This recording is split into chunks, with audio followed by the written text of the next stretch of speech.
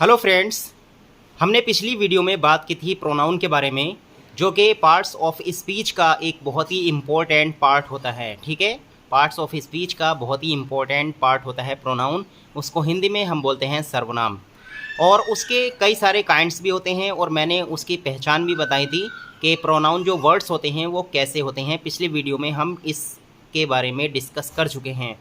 आइए इस वीडियो में, यानी आज की वीडियो में, हम डिस्कस करते हैं एडजेक्टिव के बारे में। एडजेक्टिव क्या होता है और इसकी पहचान हम कैसे करते हैं, और सेंटेंसेस बनाने में इसका क्या रोल होता है। ठीक है, सबसे पहले तो हम एडजेक्टिव की डेफिनेशन की बात करेंगे। देखिए, an adjective is a word which describes a noun और प्रोनाउन। ठीक है, यानी एडजेक्टिव एक ऐसा शब्द होता है जो नाउन को या प्रोनाउन को डिस्क्राइब करता है, उसके बारे में बताता है। ठीक है, अब बात करते हैं एडजेक्टिव को हिंदी में क्या बोलते हैं। देखिए, एडजेक्टिव की हिंदी होती है विशेषण। विशेषण। अब इसकी डेफिनेशन की अगर हम बात करें हिंदी में, तो जो शब्द संज्ञा या सर्वनाम की विशेषता बताता है, जो शब्द संज्ञा या सर्वनाम की विशेषता बताता है, उसको हम विशेषण कहते हैं, यानी कि एडजेक्टिव कहते हैं। ठीक है, एडजेक्टिव को हिंदी में विशेषण कहते हैं। हम इसको दूसरे शब्दों में ऐसे भी बोल सकते हैं कि विशेषता बताने वाला शब्द, विशेषता बताने वाले शब्दों को हम विशेषण के नाम से जानते हैं। ओके, अब अगर हम एग्जाम्पल्स की बात करें, तो जैसे मैं कुछ सेंटेंसेस बोल रहा हूँ यहाँ पर, पहले हिंदी में बोलूँगा और इंग्लिश में भी उनको बताऊँगा। जैसे, वह एक मालदार आदमी है। अब अगर हम इसको इंग्लिश में बोलेंगे तो इसकी इंग्लिश हो जाएगी, he is a rich man. He is a rich man. अब अगर हिंदी सेंटेंस की हम बात करें, तो हिंदी सेंटेंस को मैंने बोला था, वह एक मालदार आदमी है।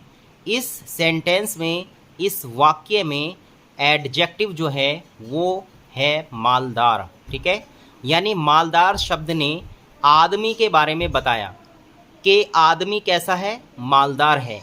यानी इसने संज्ञा को, नाउन को डिस्क्राइब किया, उसके बारे में बताया, यानी मालदार शब्द ने। ओके, इसी तरीके से जब हमने इसको इंग्लिश में बोला, he is a rich man, he is a rich man, तो इसकी हिंदी आपको मैंने अभी बताई ही है।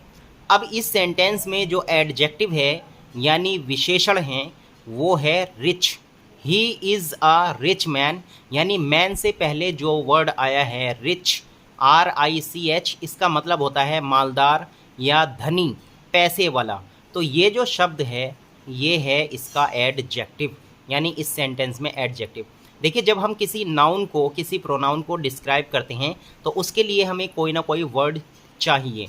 यानी नाउन कैसा है, मतलब जिसके बारे में हम बात कर रहे हैं, यानी कोई भी चीज़ है या इंसान है या जगह है, तो हम उसको डिफ़ाइन करते हैं, उसको डिस्क्राइब करते हैं कि भाई वो चीज़ या वो इंसान या वो जानवर, ठीक है, ये मतलब कैसा है, ये बताते हैं हम। ठीक है, कितना है या कैसा है, तो कितना है या कैसा है, यही चीज़ बताने वाले जो शब्द होते हैं, ये हम विशेषण कहते हैं इनको, और इंग्लिश में बोलते हैं एडजेक्टिव। ओके, अगर हम इनके काइंड्स के बारे में बात करें, तो एडजेक्टिव के भी कई सारे काइंड्स होते हैं। जैसे कि एडजेक्टिव ऑफ क्वालिटी। अगर हम किसी पर्सन की, किसी जगह की, किसी चीज़ की क्वालिटी के बारे में बात करते हैं कि चीज़ या जगह या पर्सन कैसा है, तो समझ लीजिए वो एडजेक्टिव ऑफ क्वालिटी है।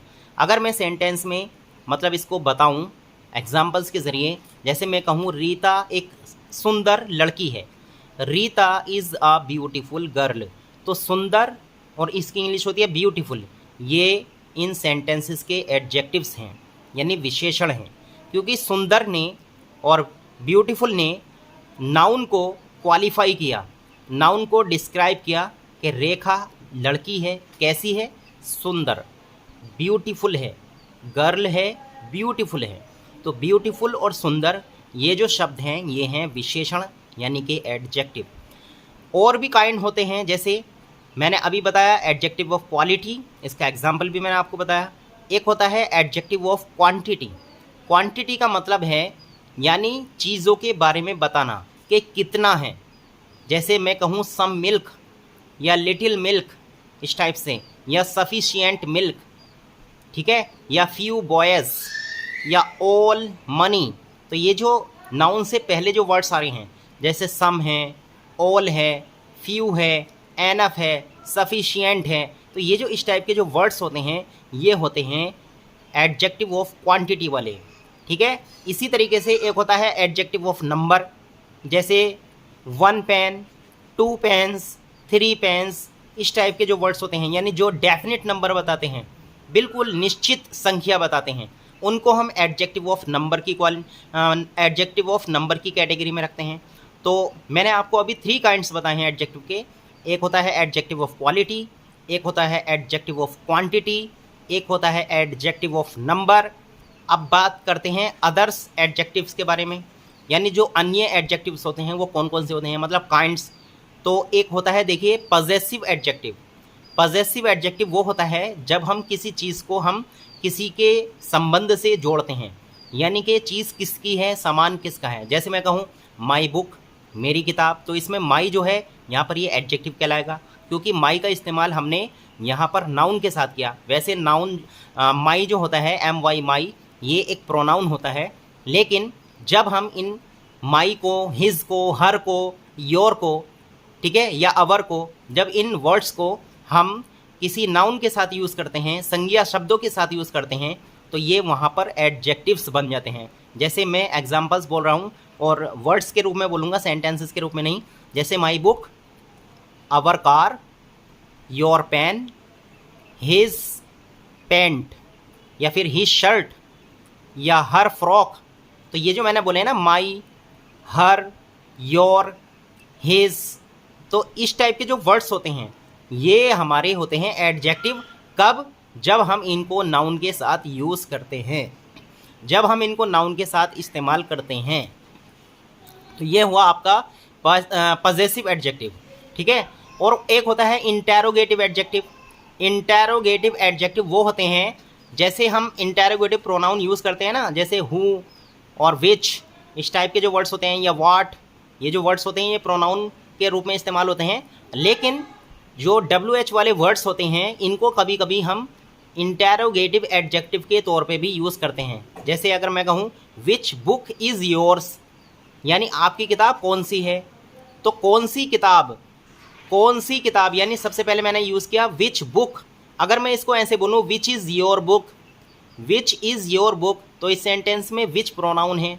लेकिन अगर मैं एडजेक्टिव के तौर पे इसको इस्तेमाल करूँ, एडजेक्टिव अगर इसका बनाऊं, यानी विच का इस्तेमाल एडजेक्टिव के रूप में करूं, तो विच के साथ मुझे बुक का यूज़ करना पड़ेगा, या विच के साथ किसी नाउन को जोड़ना पड़ेगा।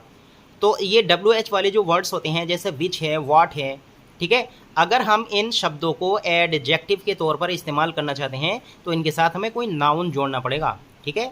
जैसे विच बुक इज़ योर्स, मैंने सेंटेंस बोला, इस टाइप से। अगर मैं व्हाट डू यू वांट अगर ऐसे कहूँ, तो यहाँ पर व्हाट के साथ कोई भी नाउन नहीं है, व्हाट के बाद डू का इस्तेमाल किया और डू नाउन नहीं होता। तो इस सेंटेंस में व्हाट एक प्रोनाउन है। लेकिन अगर मैं व्हाट के साथ किसी नाउन का इस्तेमाल कर दूँ, ठीक है, व्हाट के साथ अगर किसी नाउन का इस्तेमाल कर दूँ, तो ये व्हाट जो है यहाँ पर फिर एडजेक्टिव कहलाएगा। जैसे मैं कहूँ what book do you want to buy, या which book do you want to buy, ठीक है। तो ऐसी सेंटेंसेस जो होते हैं जिनमें WH वाले वर्ड्स के साथ नाउन जोड़ दिया जाता है, तो ये शब्द, ये वर्ड्स आपके इंटेरोगेटिव एडजेक्टिव के तौर पर कहे जाते हैं, यूज़ किए जाते हैं, यानी इनको हम इंटेरोगेटिव एडजेक्टिव बोलते हैं। और भी होते हैं, जैसे डेमोन्स्ट्रेटिव एडजेक्टिव होता है, एक डेमोन्स्ट्रेटिव प्रोनाउन भी होता है और डेमोन्स्ट्रेटिव एडजेक्टिव भी होता है। फ़र्क क्या है? देखिए, डेमोन्स्ट्रेटिव का मतलब होता है संकेतवाचक। तो संकेतवाचक सर्वनाम भी होते हैं और संकेतवाचक विशेषण भी होते हैं। जैसे 4 वर्ड्स होते हैं इंग्लिश में मेनली, एक होता है दिस, एक होता है दैट, एक होता है दीज और एक होता है दोज। अगर कोई चीज़ हमारे पास में है और एक चीज़ है तो हम उसके लिए दिस का यूज़ करते हैं, और अगर कोई चीज़ हमसे दूर है और वो एक चीज़ है तो हम उसके लिए दैट का यूज़ करते हैं। ऐसे ही अगर हमारे पास चीज़ें ज़्यादा हैं और पास में हैं तो वो हम उसके लिए यूज़ करेंगे दीज। अगर चीज़ें हमारी ज़्यादा हैं और दूर हैं तो हम वहाँ पर यूज़ करेंगे दोज। ठीक है। अब फ़र्क इसमें वही है कि दिस, दैट, दीज, दोज, अगर इनको हम नाउन के साथ यूज़ करेंगे, जैसे दिस बुक या दीज बुक्स, आ गया ना नाउन, यानी बुक और बुक्स ये नाउन है, तो इनके हमने दिस के या दीज के साथ अगर आप यूज़ करेंगे, या फिर मैं कहूँ दोस कार्स या दोस कार, ठीक है, दोस कार्स या फिर दैट कार, वहाँ पे दोस कार नहीं लगाएंगे। अगर कार हमारी एक है तो हम बोलेंगे दैट कार, और अगर कारें ज़्यादा हैं तो बोलेंगे दोस कार्स। तो ऐसी जगह यानी जब हम दिस के, दीज के, दैट के और दोस के साथ नाउन का यानी संज्ञा का इस्तेमाल करते हैं, तो ऐसी जगह ये शब्द यानी दिस, दीज, दैट, दोज, ये जो वर्ड्स हैं इंग्लिश के, ये आपके डेमॉन्स्ट्रेटिव एडजेक्टिव कहलाते हैं। अगर हम दिस को, दैट को, दीस को, दोस को बिना नाउन के यूज़ करेंगे, जैसे मैं कहूँ दिस इज़ माई बुक, इस टाइप से, दैट इज़ योर पेन, इस टाइप से, that is a parrot, that is a book, that is a shirt, इस टाइप से अगर मैं यूज़ करूँ, तो देखिए मैंने हर सेंटेंस में दिस को, दैट को अलग अलग रखा, यानी बिना नाउन के यूज़ किया, तो ऐसी जगह हम बोलते हैं इनको डेमॉन्स्ट्रेटिव प्रोनाउन। तो फ्रेंड्स, इस वीडियो में हमने बात की एडजेक्टिव के बारे में, जिसको हिंदी में हम विशेषण कहते हैं।